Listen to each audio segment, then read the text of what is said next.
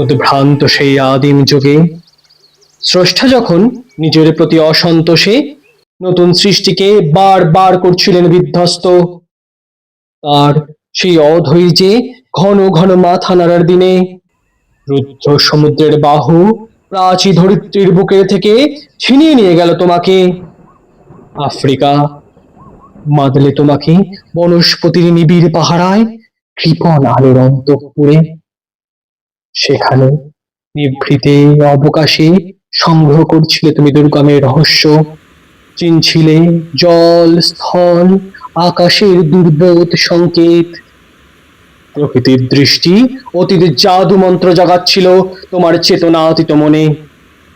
বিদ্রুপ করছিলে ভীষণকে বিরূপের ছদ্মবেশে, শঙ্কাকে চাচ্ছিলে হার মানাতে, আপনাকে উগ্র করে বিভীষিকার প্রচন্ড মহিমায় তাণ্ডবের দুন্দুবিনী নাদে।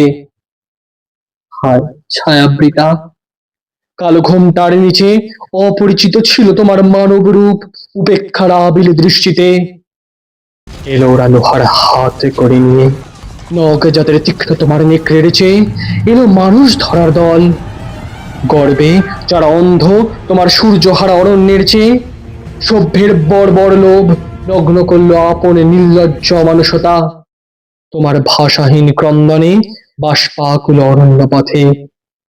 অঙ্কিল হলো ধুলি তোমার রক্তে অশ্রুতে মিশে, দস্যু পায়ের কাঁটা মারা জুতোর তলায় বিভৎস কাদার পিণ্ড চিরচিহ্ন দিয়ে গেল তোমার অপমানিত ইতিহাসে। সমুদ্র পাড়ে সেই মুহূর্তে তাদের পাড়ায় পাড়ায় মন্দিরে বাজছিল পূজার ঘণ্টা, সকালে সন্ধ্যায় দয়াময় দেবতার নামে।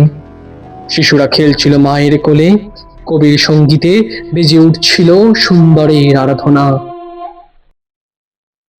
আজ যখন পশ্চিম দিগন্তে প্রদোষকাল ঝঞ্ঝা বাতাসের ঊর্ধ্বশ্বাস, যখন গুপ্ত গহ্বর থেকে পশুরা বেরিয়ে এলো, অশুভ ধ্বনিতে ঘোষণা করলো দিনের অন্তিম কাল।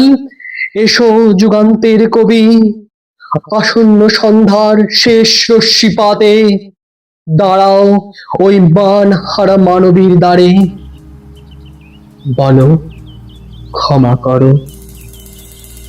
হিংস্র প্রলাপের মধ্যে সেই হোক তোমার সভ্যতার শেষ পণ্যবাণী।